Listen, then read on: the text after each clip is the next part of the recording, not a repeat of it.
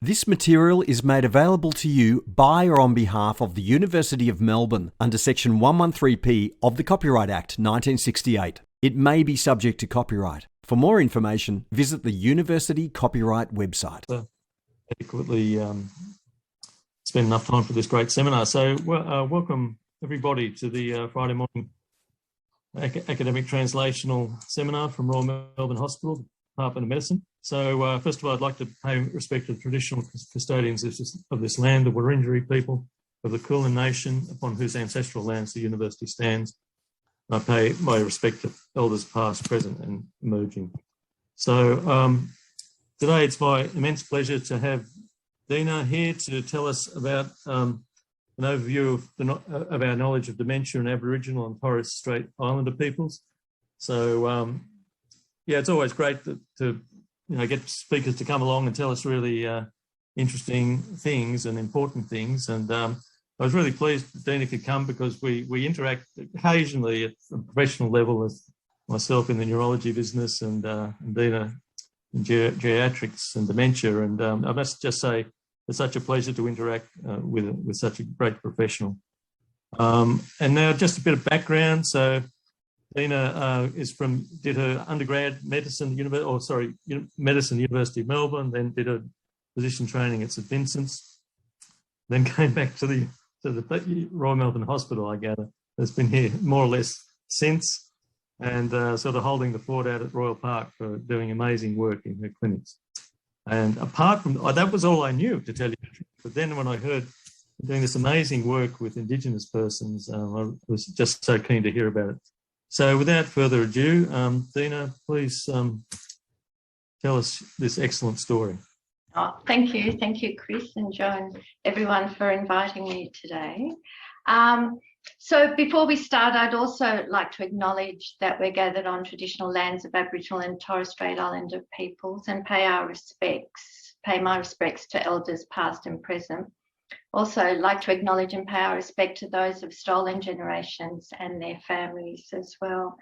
I also would like to acknowledge the many Aboriginal and Torres Strait Islander researchers and colleagues and research assistants who I work with, who really support me in being able to present this information to you all today. So this talk is really an overview of the work over the last 15 to 20 years as such. Apologies if some people have heard this talk, but I thought every now and again it's good to go over it just to see the sort of chronological order and what's developed over this time.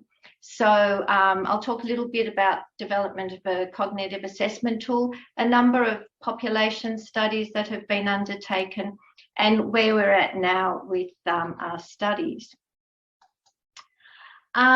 So of course this is why we're working in this space. So older Aboriginal people play a vital role in the health of their communities, providing leadership and support, holding cultural rights and responsibilities for maintenance of connection to country, and of course for caring for extended family. And with the number of studies that we've done, mainly in the Kimberley, is there's this lovely quote here that older people are the glue that hold the family together, but really hold the community together. And so our aim is to try and keep older Aboriginal people as healthy as possible, as we are for all older people, obviously. So we know that, so who are the Indigenous people? So it's not obviously only in Australia, but it's thought that there's over 300 million Indigenous people worldwide, making up more than 5,000 distinct tribes over 90 countries. And the LANCET, you may have seen the LANCET reports in about 2016 that really tried to quantify and describe the extent of the issue, the extent of the health inequity in the world, really globally. There's enormous diversity among Indigenous peoples and who are thought to speak more than half of all languages and practices. And as it's got there's more than 500 distinct cultures. Indigenous cultures have evolved over thousands of years, and their culture is really based in connection with their environment. But unfortunately, the other common factor with Indigenous peoples throughout the world is the health inequity has really resulted from colonisation, dispossession, racism, and this has led to inequity in social determinants of health and health outcomes overall. So as part of our work, we've been able to make connections with people in different countries, particularly in Canada, North America and in New Zealand as well, and starting to form a collaboration with those groups. So now I'm not very good with technologies, but here we go. So what about in Australia? So the Aboriginal and Torres Strait Islander people here. So Jerome Temple, who's based in the Department of Population Health at Melbourne Uni here, has just, with Sandra Eads, released some projections of growth rates in this population. So we know that Aboriginal and Torres Strait Islander peoples make up 3% of the total population. There's equal gender, 50% males and females.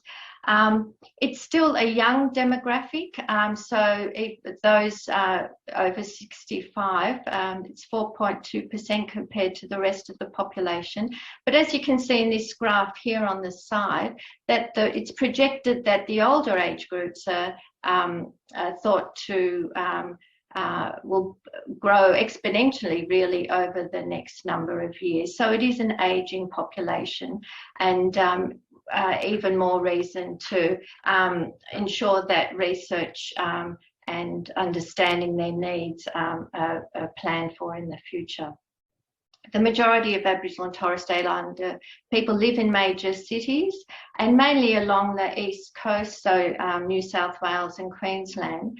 But of course, a significant proportion also live in remote and very remote areas. And in these communities, they account for a larger percentage of the population, so about 50% of the population.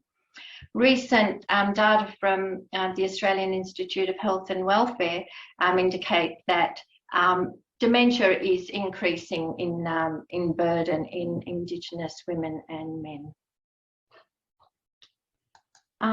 And this, the other, and I know you know a lot of this information, but just to reiterate that multimorbidity is common in this population as well, and will be important when we think about dementia and the impact that multimorbidity might have on cognitive impairment and the trajectory of dementia, which is an area that we would like to investigate a little bit further. So this slide here shows linked hospital data over the last 10 years in New South Wales, and just basically all the admission for Aboriginal and non-Aboriginal people who were admitted in hospital at that time. And as you can see here, that the prevalence of multimorbidity was 2.59 times at all ages.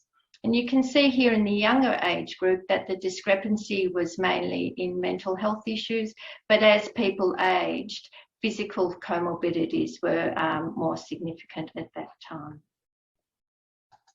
And the other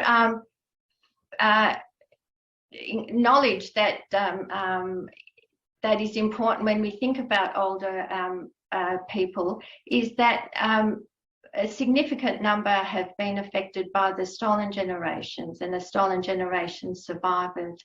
And in the next year or so, almost all will be eligible for aged care. And many of these people will need residential care. So of course, we need to understand the impacts of what's happened in their previous life and how this will affect the care that needs to be provided, particularly with trauma-informed care. And there's a number of resources developed by the Healing Foundation just recently that really gives a good overview of the issues of ageing in this group. And I'm not sure if Chris mentioned, but also visiting geriatrician at the Victorian Aboriginal Health Service, and I just attend there once a month, and have been going for the last 10 years actually, and virtually everyone I see has been affected by the stolen generation, and that needs to be considered in how we address the person's needs. But in saying all these bad, damning statistics, which we're often hear about this population, there are many, many examples of people ageing well, of old Aboriginal people ageing well. This lady, Dina, is a famous artist in one of the communities in the Kimberley, and has travelled the world selling her art and talking about her art. And I met her a number of years ago, and certainly is an example of ageing well. But I guess what we don't know, and what we hope to find, is what are the factors that promote healthy ageing in this population. So when we first started working in this area, there was very, very little knowledge about dementia at all. There were a couple of studies, so one in northern Queensland, and then a study through the Kimberley Aged Care Assessment Service that gave a clue that maybe dementia rates were high. But then you'd read reports about, at that time there was a great increasing awareness of dementia, but there were a number of myths in these communities, really, that Aboriginal people don't live long enough to get dementia, and that if they did, it was all due to alcohol. And they're two myths that our studies really haven't borne out at all. And it's interesting, I was giving a workshop by Zoom, as we have to do now, to a group of doctors in the Kimberley, and there was a registrar there, and he, I was just talking to him beforehand, and he also said, oh, well, older Aboriginal people don't get dementia. So those myths are still definitely out there. By the end of the workshop, he was convinced otherwise. So just to talk a little bit about where our work started and how it's developed. And I guess one of the other things that was mentioned a lot in those times, well, how would we know there's no appropriate cognitive assessment tool? You can't do the MMSC when you go to remote communities because people won't participate and it's totally inappropriate, etc. So in 2003, so my age is showing, I was lucky enough to go and spend 6 months in the Kimberley and really trying to address this issue with my ongoing colleague, Kate Smith, who's an occupational therapist and has continued working in this space. So what we did was essentially go with health workers and cultural liaison community members, etc. We looked at, the different questions that could potentially be asked and tried to determine what would be appropriate and what wouldn't be appropriate, and came up with the Kimberley Indigenous Cognitive Assessment Scale, or the KICA. We tried to go through all the usual psychometric properties that you have to go through. So the tool was translated and back translated into Walmajari, which is one of the most common languages spoken in the Kimberley. And then we validated it on about 70 community members in about 21 communities. It was quite challenging because there were numerous languages spoken. About half the population hadn't had any sort of schooling, in Western schooling anyway, and many spoke multiple languages, and English was their third or fourth language. So it was certainly a challenge at that time.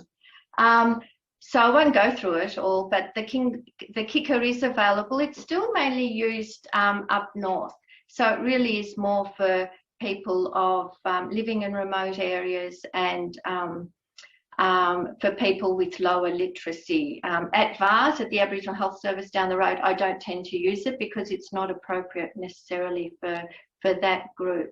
And like all cognitive tools, you have to, see what's appropriate for the person ahead of you.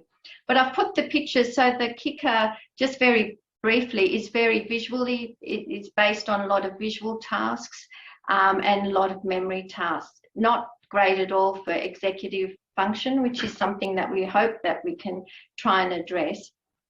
But I've just put these pictures here because these are some of the pictures that we used.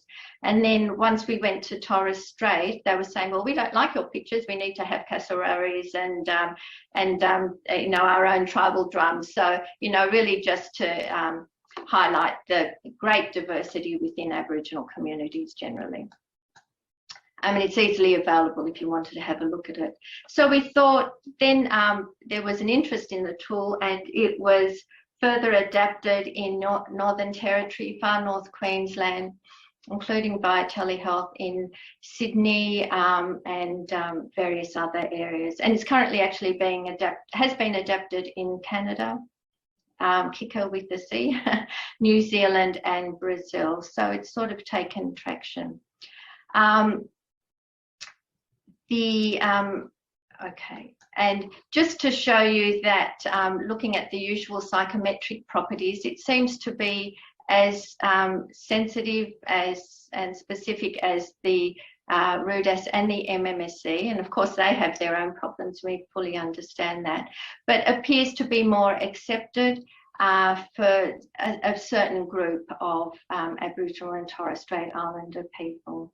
And it's been modified in different areas. So this study here was actually done in urban New South Wales and regional New South Wales. So is available as a tool. Chris, I assume questions will be at the end, yeah? Yeah, yeah. that'd be fine. Yeah, okay. And if I'll keep an eye on the top. So now that we had this tool, we wanted to look at, well, you know, what is the prevalence of dementia in these communities? So based in the Kimberley again, where we'd made connections with a number of communities, we collaborated and got permission to go to 6 different communities in the Kimberley. For people who don't know the Kimberley, it's a very vast space. It's about the size of the UK, I believe, but obviously much sparsely populated. And we chose different communities, so a couple of desert communities, a couple of river communities, a couple of coastal communities. And there was actually a thirst to be involved in these studies because there are lots of studies about young people, and children, which obviously is really important. But so at that time, there wasn't really much information about elders and how to care for older people. So as you can imagine, these population studies are very resource intensive. So we actually went to people's homes because it's, you know, people might have been uncomfortable going to the clinics, etc. And there's Ros Malay, who's still working with us to this day. So she's a woman from the region and has been a great advocate for this research. So with the KICA, we were able to go to the different communities and literally saw everyone over the age of 45. For the first round, for the first wave, we had 91% consent rate, so people were really open to it. We trained local people to give the KICA and then went through the usual process. So we assessed everyone, got some carer information, and then for a certain percentage, either had geriatrician or psychogeriatrician consensus diagnosis.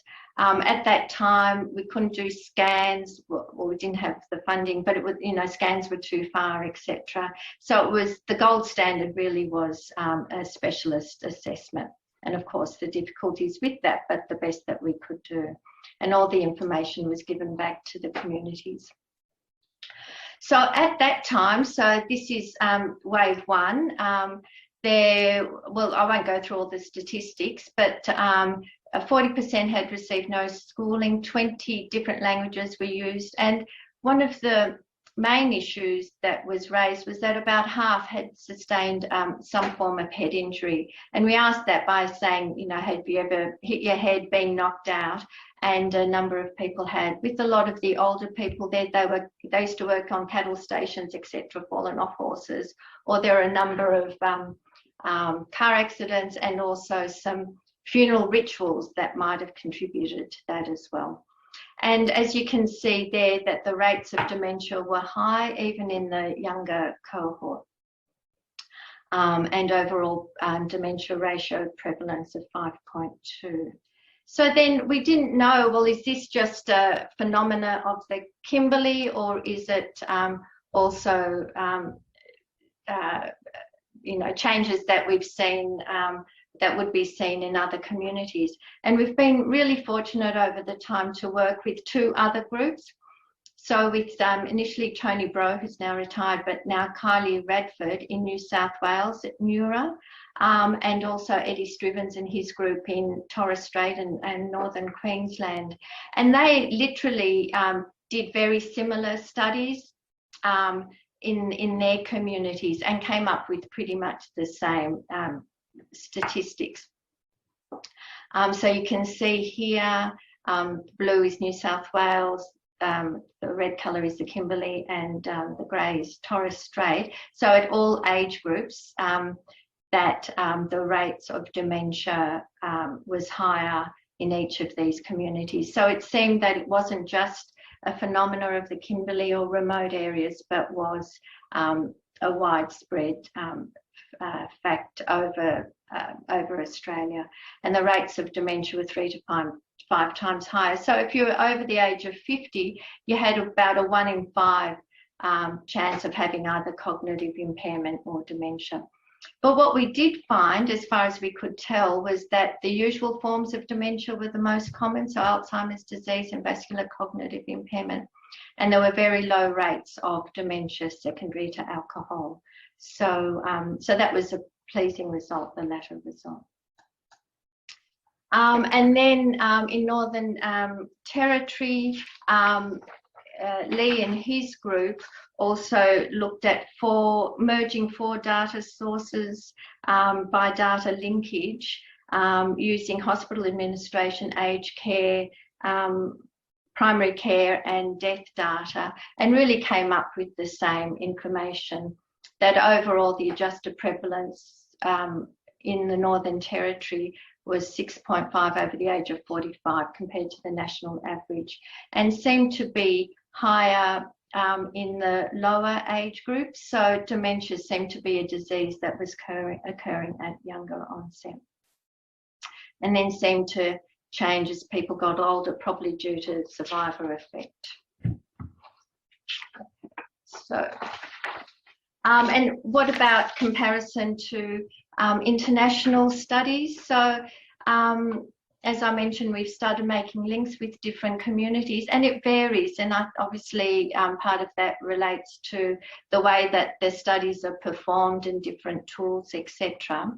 But we can see here in Canada that using their health data that's commonly available, that the rates appear to be higher there as well, although a real variation in other countries overseas and other Indigenous nations overseas.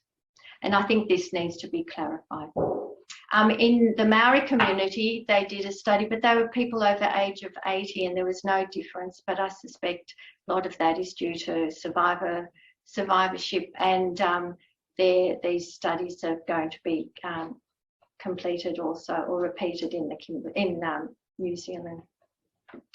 And just briefly, so once we had that information, of course, as researchers, we can't help but going back and looking at people and reassessing them.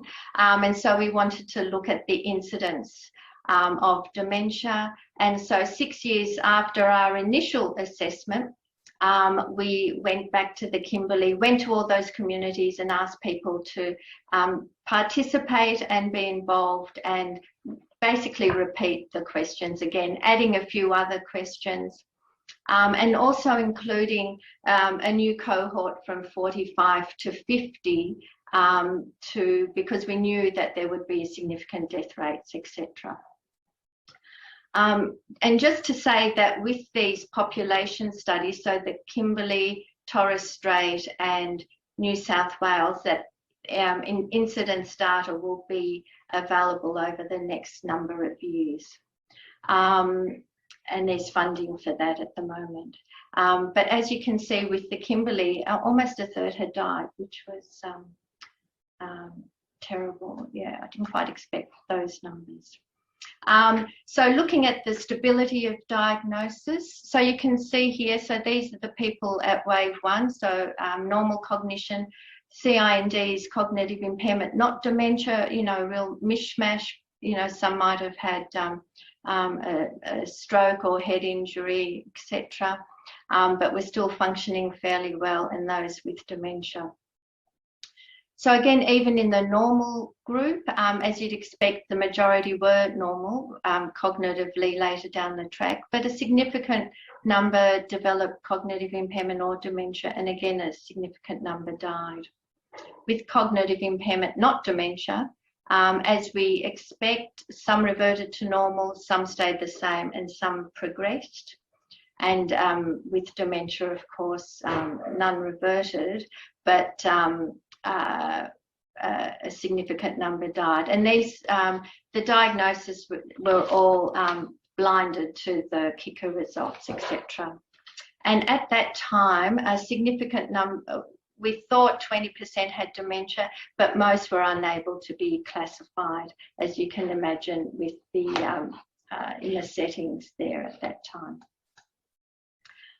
So just to give you a number of the incidence rates, well, it was 21 per 1,000 years compared to the rest of the population. And that study that I mentioned before in Northern Territory also looked at incidence rates, so and the rates were very similar. Because we had this longitudinal data, we were able to look at number of risk factors, etc. Someone just wants to come in. Don't worry. It's okay, thanks.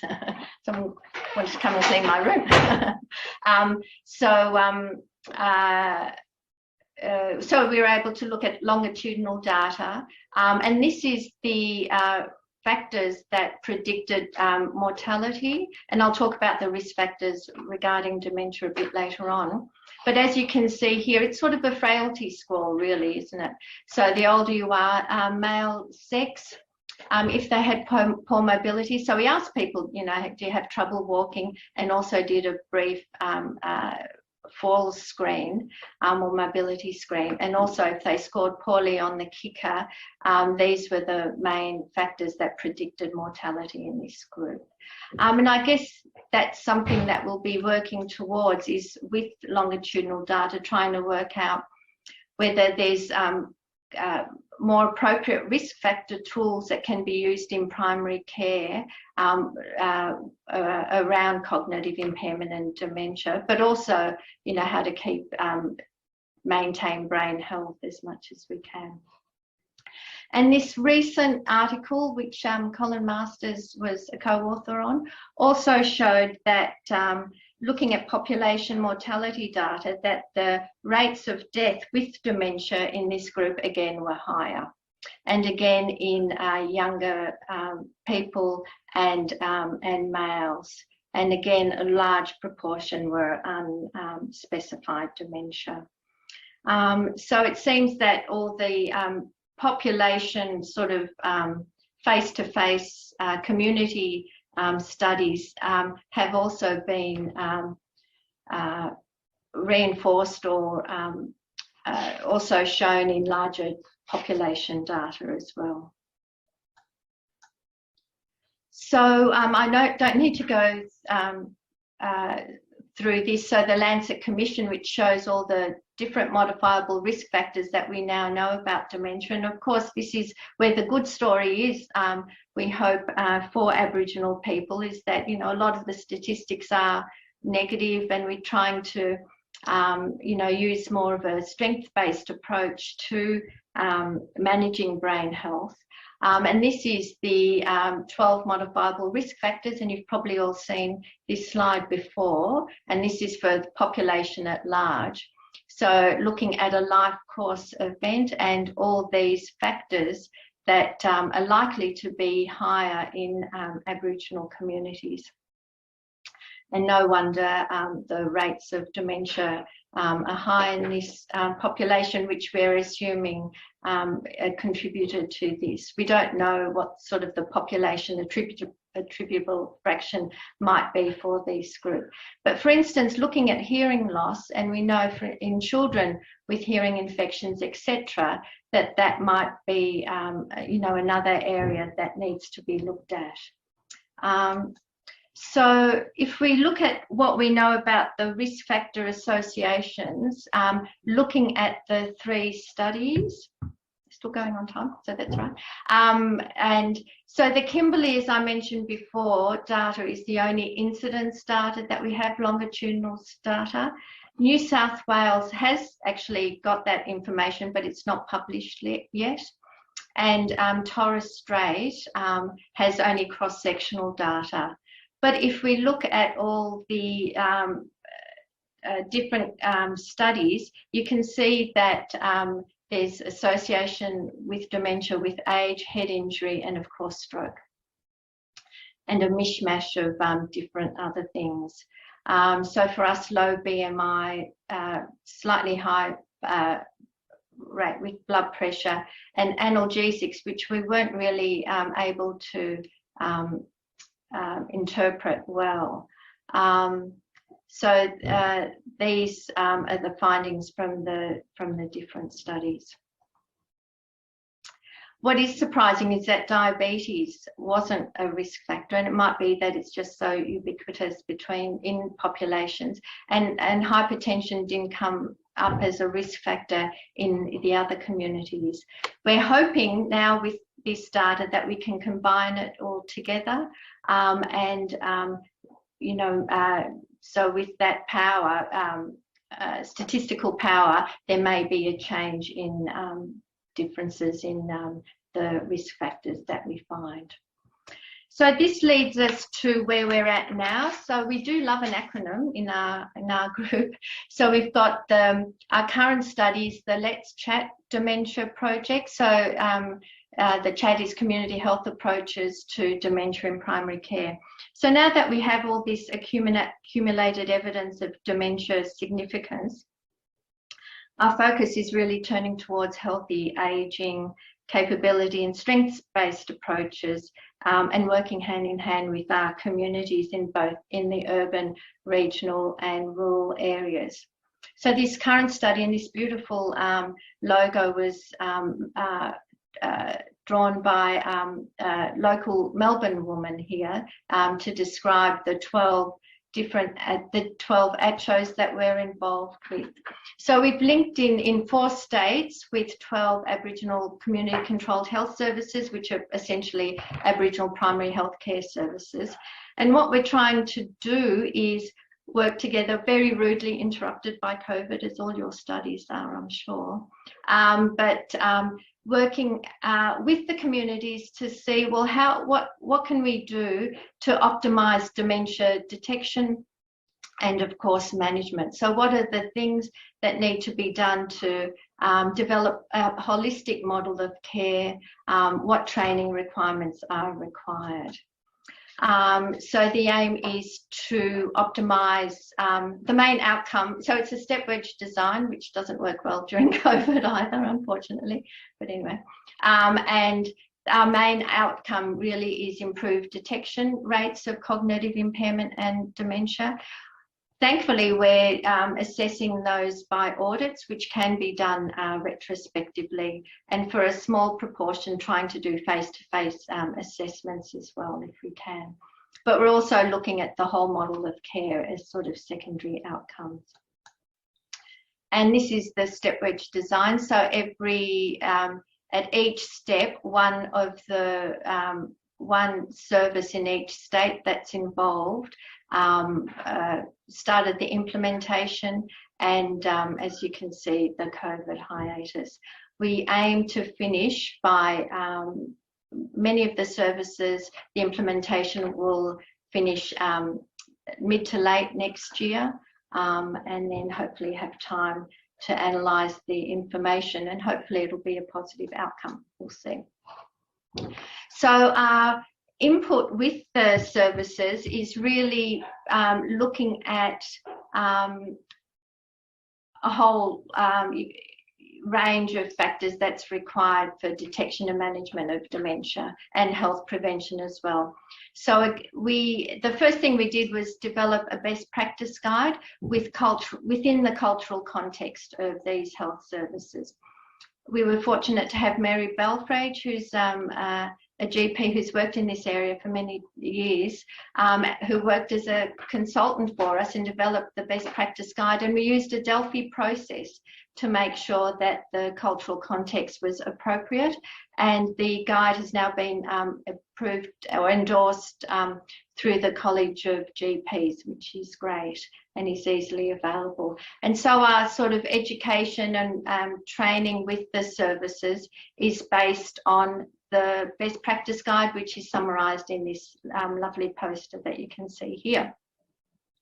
So of course, health promotion. So primary care is the place for life course approach, isn't it? So really trying to make people understand that even when you're looking at children and babies and pregnant women, that you know is important for brain health down the track. Something that we're obviously aware of, but may not be within the communities. The other area that we're really focusing on is looking at detection. So because the rates are so high, even though we're not screening for everyone, we're really saying, you know, look, use a case finding approach. Be aware of memory problems. If any family members says they're worried about their relative, etc., or if they seem to have high risk factors, think about cognitive screening, which thankfully also with the assistance of Mary Belfrage is now embedded in the new MBS sort of health check for older people, older Aboriginal and Torres Strait Islander people over the age of 50. And of course, as once there is detection and diagnosis of dementia, looking at ongoing health care, looking at the ongoing trajectory, comorbidity, etc. End of life care is an area that really hasn't been tapped in this community. And there's a knowledge, you know, a real thirst for knowledge in this area. Advanced care planning, funeral care, you know, planning for funerals, etc., and also supporting carers who are often quite much younger than the usual carers that we see in people with dementia. I've only got a couple more slides and then we'll finish. So just some preliminary findings from this study. So we looking at audits. So we've looked at, I'd like to say I have, but people I work with have assiduously looked at a number of audits. So 1,600 over the age of 50. And overall, so we've been looking at a whole lot of factors, but one of the questions was, has cognitive impairment or dementia been identified? So by that, it's not just, oh, you know, there's memory problems, but if there are memory problems, has there been a course of action to try and work out, to establish the diagnosis? And as you can see there, very small numbers have. And if we compare that to our population, there's only room to move upwards, hopefully. But that's a phenomena in lots of primary care. We know that in primary care, dementia is often undetected for a whole lot of reasons, and usually competing interests and other issues. And so this is by audit, so not confirmed. So you can see here that dementia diagnosis was documented in about half, and cognitive impairment, not dementia, documented in half. We also looked at risk factors for cognitive impairment in that group. And as you can see, so this is combined at baseline, you can see that hypertension was the first, you know, the highest at 50%, polypharmacy, diabetes, all very high risk factors. The other one that I find very concerning, obviously, is smoking, still 41% over the age of 50, and obviously a significant risk factor for dementia. So it's hoped that with time that some of these factors may be combined within their chronic health management, but thinking also about brain health as well. And you can see here that 2/3 showed about 4 of the risk factors for cognitive impairment and dementia, and some showed up to 7, and that ranged significantly between services. And of course, some of that might be due to documentation. We can only report on what's documented, and that will vary. So just in our last couple of slides, I just wanted to talk to you about our new project, and we've been very, very fortunate to be awarded a CRE, and with our, I think we get them because of the wonderful acronyms that we have. So the On Track Teaching, Research and Community Knowledges CRE, which will start early next year, and these are our CIs and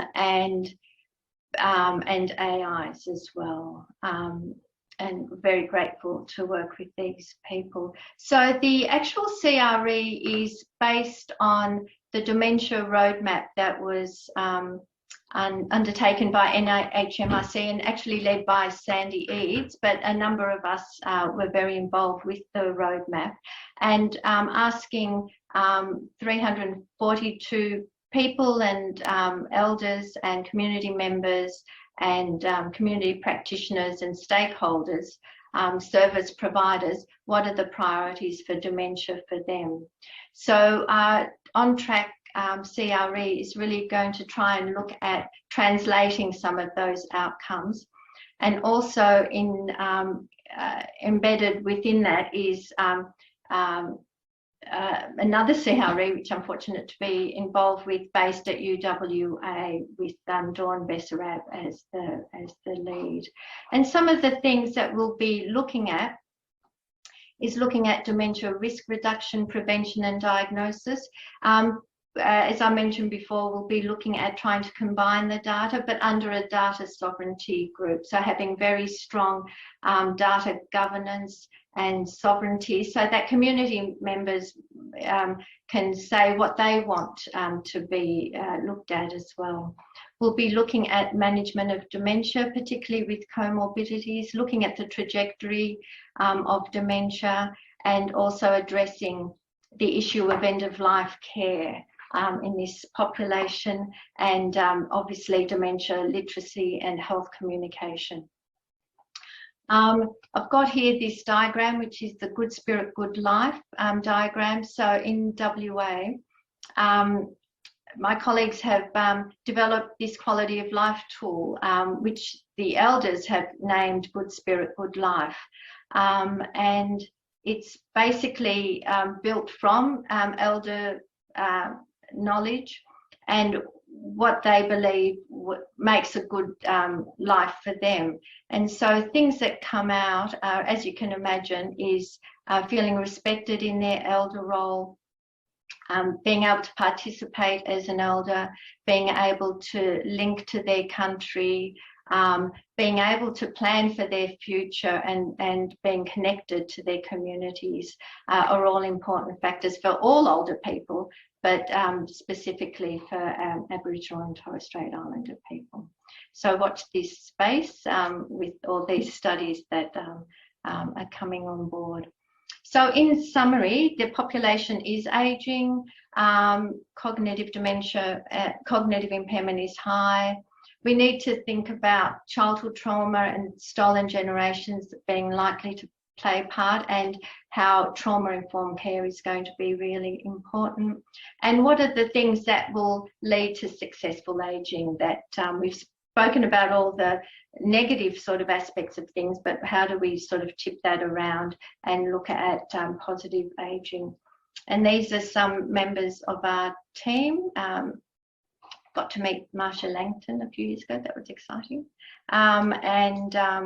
Again, just showing you that there are many older people who live very well. So thank you. Thank you for listening. Thanks so much, Dina. I'm sure there'll be quite a few questions. So just please, questions from the audience. just speak out or go through the chat.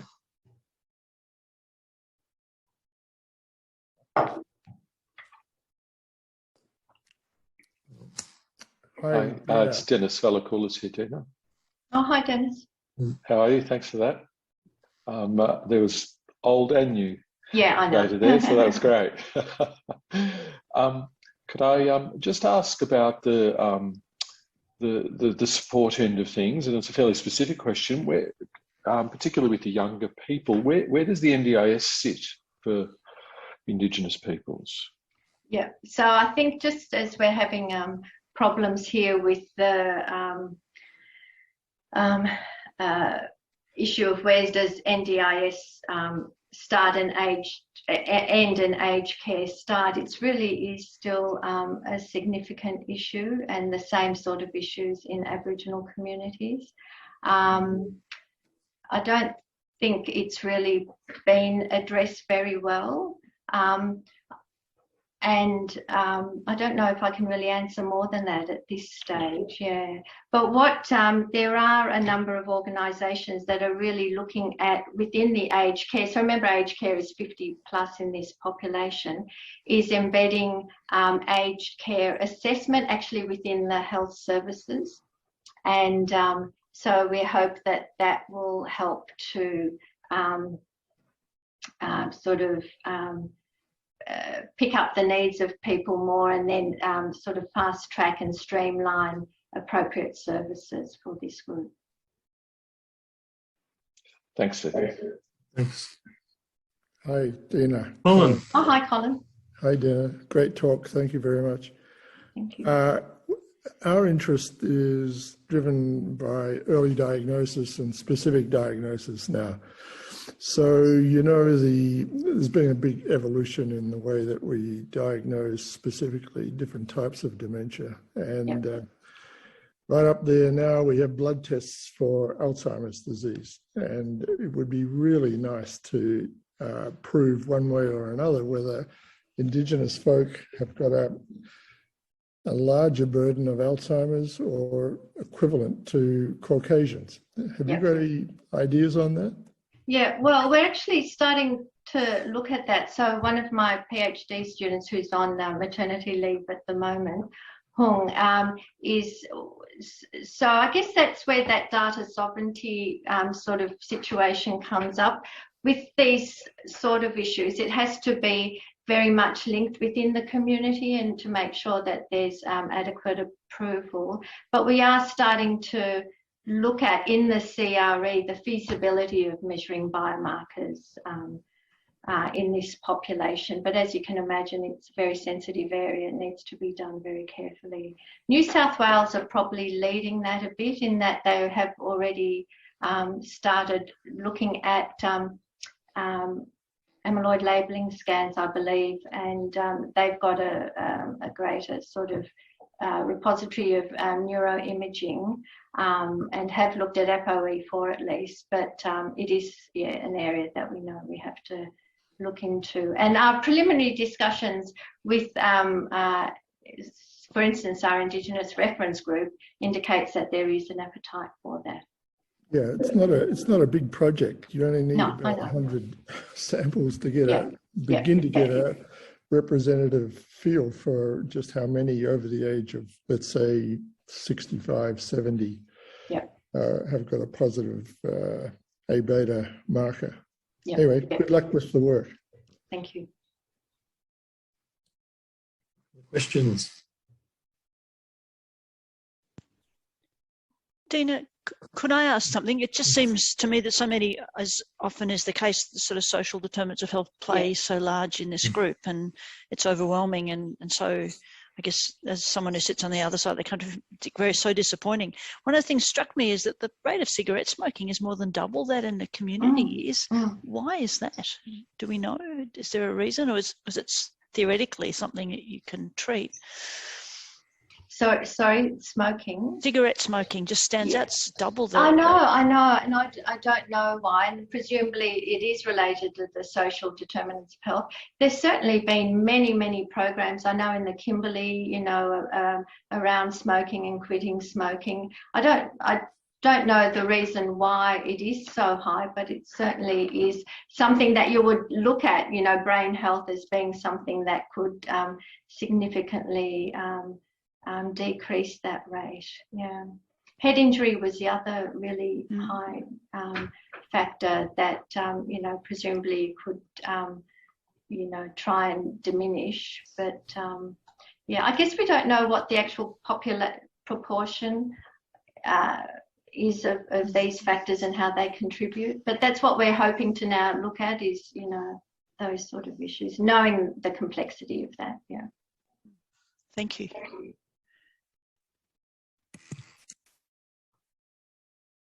Other questions? Just a very incredibly naive question, I'm afraid, but I mean, you've identified all these potentially, you know, factors which are contributing, and then some of which are potentially reversible. But I mean, how it looks like it just needs a whole generational management system to make it work. And if you could make it work there, you could bring it back here, and we could use it. I mean, how do you integrate with other services and agents of change, like, to get those things in place, do you think? Is that it? Well, I think it, I mean, that's a very good question, but I think even though we've been working in this area for a while, the whole issue of dementia is really starting to, or the significance of dementia and brain health is now just starting to trickle into the communities as an important factor. So I guess it really has to be community driven. So, you know, within the primary care, so that's why we're working with primary care, but also with health services, you know, and health providers, etc. But the other aspect is that, you know, we're also trying to be quite heavily involved with the policy makers, with the National Aboriginal and Torres Strait Islander aged care groups and things like that, in trying to improve, as I mentioned before, embedding aged care services within primary care, so that the process of picking up people with cognitive impairment, etc., occurs earlier on. I know it's with the whole, I mean, there's so many other issues.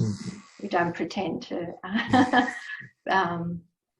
but it needs to be interlinked with chronic disease management, basically, and just get people aware that, you know, what you do for your heart is also good for your brain, and all those sort of things, etc.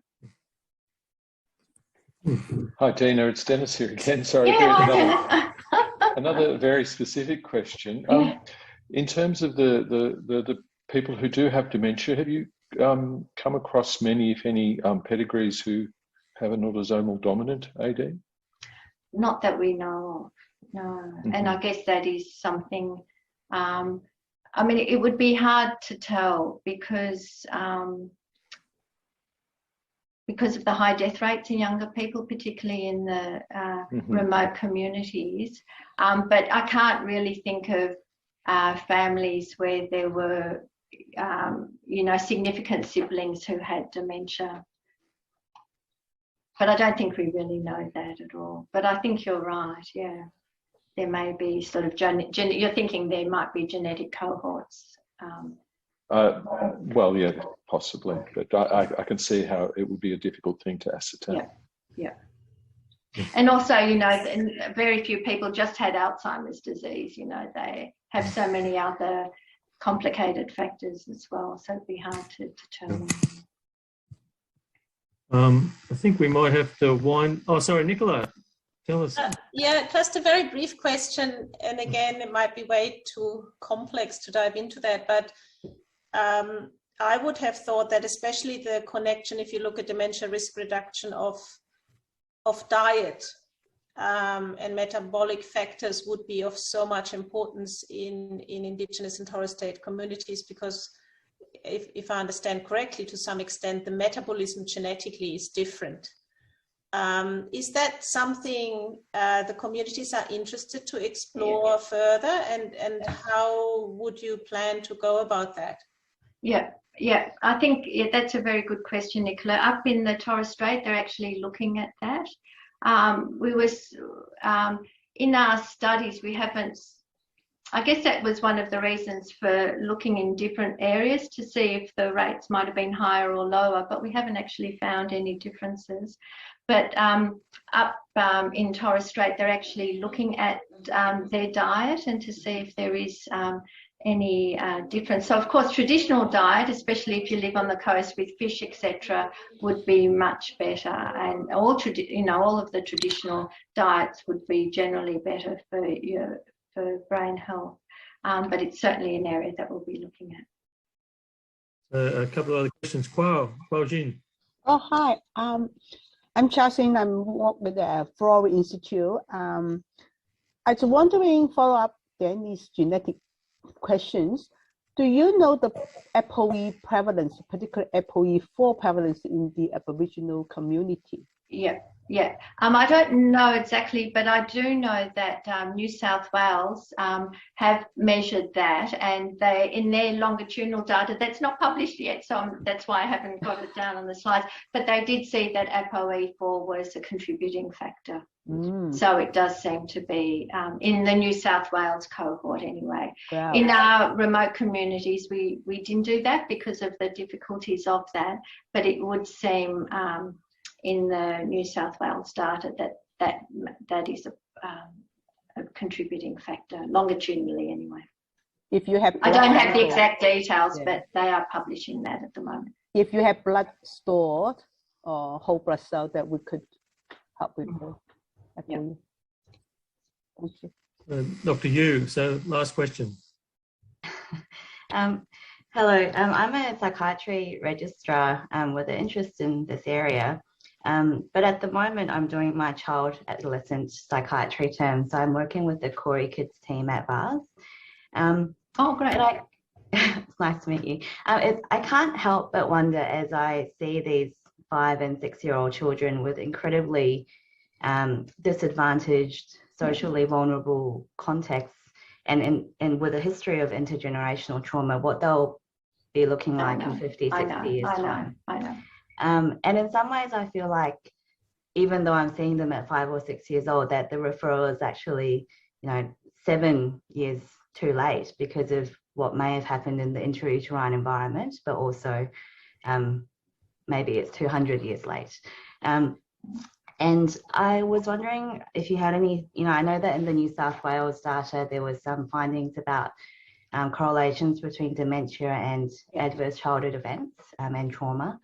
I wonder if you had any experience or knowledge of Victorian findings to that effect. So we haven't done sort of population data here in Victoria, but certainly in the New South Wales group, they used a particular measure for childhood trauma and showed an association with that, even taking into account depression, anxiety. As I mentioned before, with my experience at VARS, virtually everyone I see has had some sort of experience with the stolen generation and trauma related to that. And if it's not them, it's intergenerational. So it is incredibly common, and how you're going to tease, it's ubiquitous really, so how you would even measure to see if it may, the contribution. But I guess it's important to understand, as I said before, that this group is ageing, so that, if we are going to provide care, we have to provide it with that knowledge on board. Did that answer your question? Yes, thank you. Yeah. Thanks so much, Dina. Thanks also to the audience. We'll have to finish up now, but it's obviously a topic there's a lot of discussion offline, hopefully. So without further ado, thanks again, Dina. And thank you for asking. We have a really great oration from one of our PhD students, and I'll send something out in the meantime. Thanks so much, everybody. Thank you.